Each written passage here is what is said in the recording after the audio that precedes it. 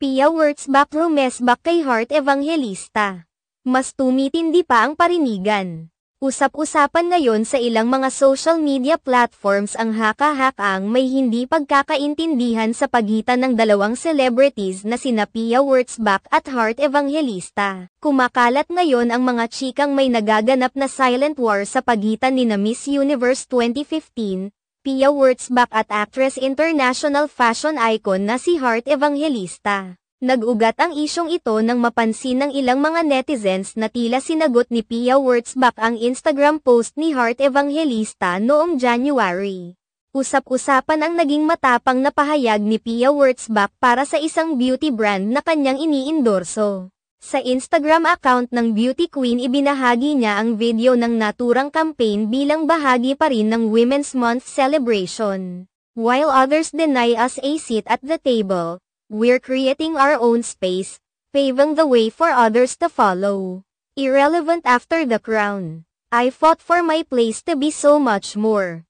Sayang ba yun? Matapang na pahayag ni Pia Wurtzbach sa campaign. Kaagad namang umani ng papuri si Pia Wurtzbach mula sa kanyang mga tagahanga dahil sa kanyang pananaw at paninindigan. Samantala, may ilang mga netizens naman na nagkomento na tila ginamit umano ni Pia Wurtzbach ang nasabing campaign para paringgan si Heart Evangelista. Binalikan pa ng ilang mga netizens ang naging post noon ni Heart Evangelista kung saan makikita ang larawan ng isang book na may nakasulat na, "Don't give the enemy a seat at your table." Sa caption isinulat din ni Heart ang katagang "Not today" at nilagyan pa ng no entry sign. Umani naman ng samot-saring komento mula sa mga netizens ang parehong posts ni na Heart Evangelista at Pia Wurtzbach. Nagdedebatihan rin ngayon ang kani-kanilang mga netizens dahil pareho nang lumalaban ang dalawa.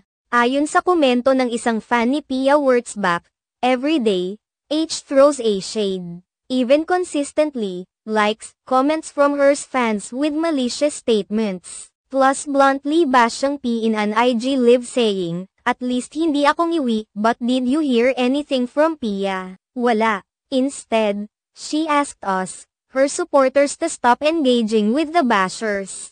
Confidence is silent, insecurities are loud.